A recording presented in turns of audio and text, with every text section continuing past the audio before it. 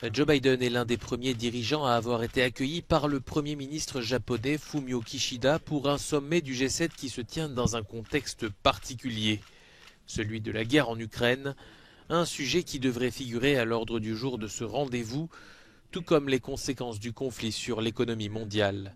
Selon un responsable de l'Union européenne, le G7 devrait évoquer de nouvelles sanctions contre Moscou portant notamment sur les exportations russes de diamants. Olaf Scholz, le chancelier allemand, et Rishi Sunak, le Premier ministre britannique, sont également arrivés au Japon.